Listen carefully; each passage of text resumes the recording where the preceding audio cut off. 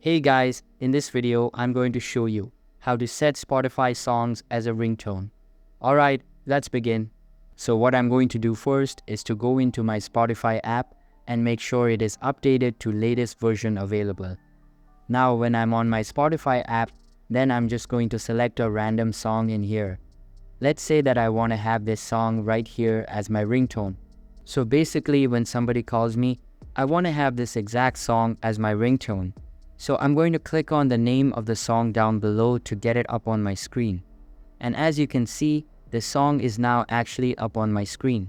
Now click on the three dots in the top right corner. So you can also click there and you can scroll down and then you can click where it says sleep timer and you're able to prolong the song in a couple of hours or 45 minutes and so on. But unfortunately, there's really no way to set this song as a ringtone on your mobile as of right now.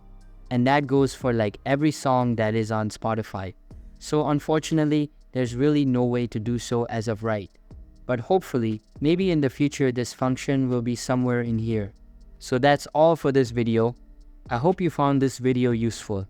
If you did, make sure to like this video and subscribe the channel. See you guys in the next video. Thanks.